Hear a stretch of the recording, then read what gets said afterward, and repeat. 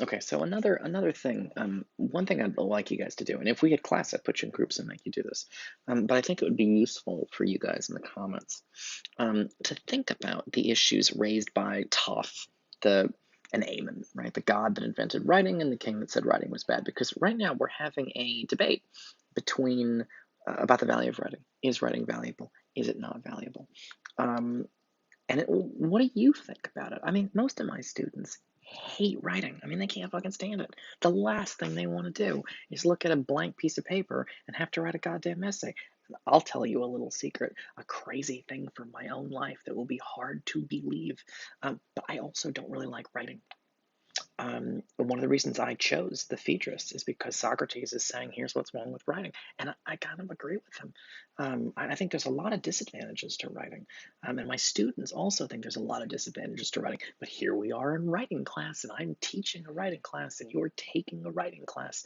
So I think it's worth it for you guys. Maybe if I had you in front of me, I'd put you in groups and make you debate. I would say your group is tell me the advantages of writing, and your group tell me the disadvantages of writing.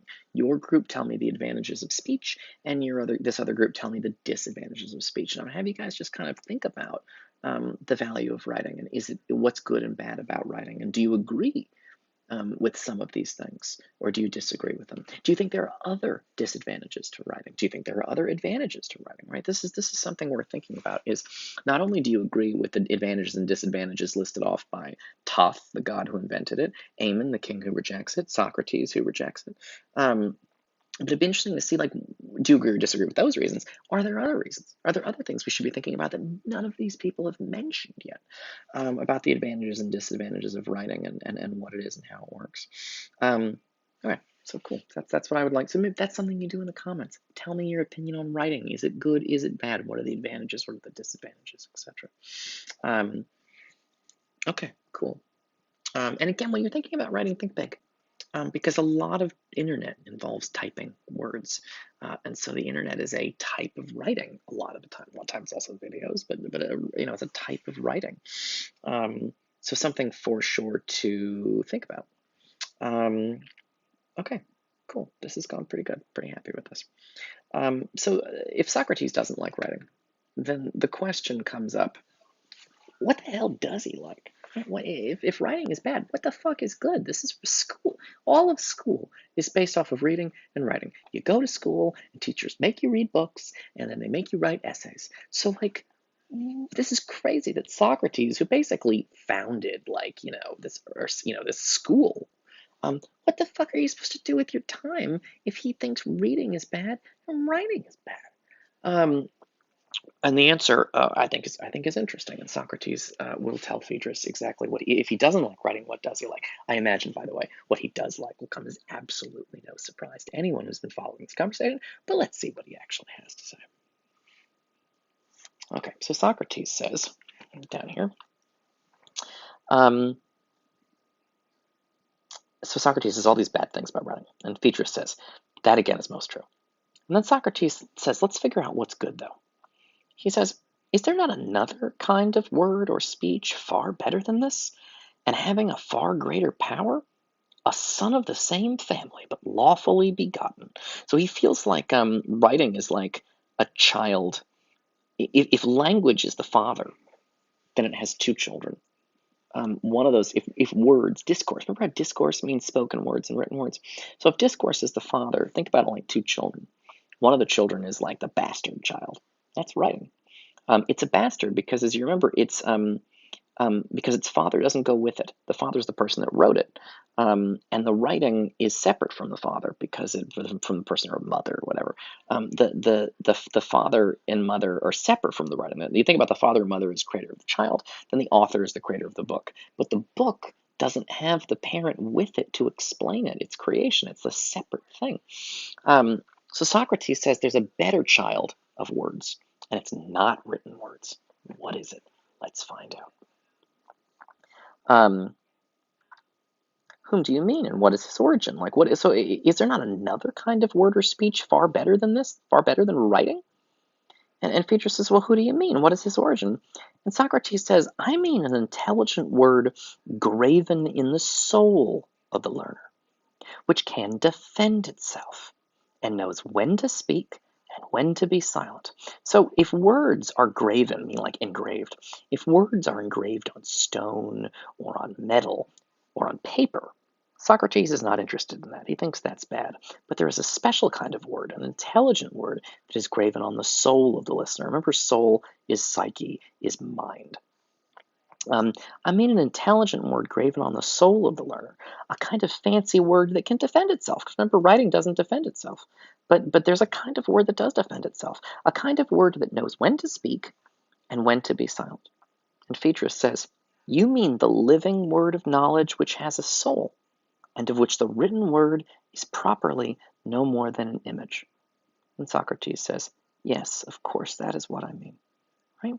So it's the living word, meaning it is spoken language, that he thinks is superior. Socrates thinks that spoken language is superior to written language. Remember the disadvantages of writing? If you ask a book a question, the book can't answer. The books can fall into the wrong hands. If you attack the book can't defend itself. The books don't really help you remember stuff, because when you write them down, you forget all about them. I'm sure you guys have studied for a test and written a bunch of notes, and then you forget all about them. So Socrates doesn't want that. He says he wants a living language that is engraved not on paper, not on metal, not on stone, but that is engraved in the soul. It's living speech. It's actually talking to people. And I agree with Socrates on this. I think this is the better way to go. That real learning doesn't come from books. Real learning comes from talking to other people. Why? Because if I teach you something with my voice and you listen with your ears, then you can ask me a question and you can say, Professor, I don't understand. And I can help make it clear for you. I can see from looking at my students' faces whether they understand what I'm saying. I've written books. I have no idea whether the people who read my books can understand them. And from some of the reviews, they don't understand them. And I've done a bad job on some of my books because people read them and they seem very confused about what kind of person I am and what I meant to say. But when someone's in front of me, I can speak directly to them, and I can see on my students. This is why I hate this kind of learning, because I can't see your faces. And so if I was in the room with you and I sensed that everybody was bored, I would give us something fun to do, right? Or if I felt that you guys were interested, I would keep going. Or if I felt that you were confused, I would stop and explain it better. But I can't see your faces right now. This is like me writing something down in a book, me making this video. As I can't see you, and I miss you guys, and I want to see you. Because why? Because I think that learning is best done face to face, where I can see the room and feel the room. Um, and the other thing too is I make sure that people can handle what I give them. Where Socrates says that knowledge can fall into the wrong hands. But see, when I'm in the room with you, I can judge whether or not you're capable of handling the information that I'm giving you. I can see, oh, this is too hard for this room. No one's understanding anything that I'm saying. But working with you with Phaedrus this semester, I was able to get the sense of, I was like, oh, students can follow this. Look at their faces. I see your eyes light up. I see you guys go, oh, I get this. You guys are asking questions. And so the ability to Socrates thinks living speech is superior to writing, and I also think living speech is superior to writing. I would much rather give a talk to a live audience than have a book published or an essay published, because I think talking in live audiences are so much more valuable. Okay, so let's take a look at what else Socrates says.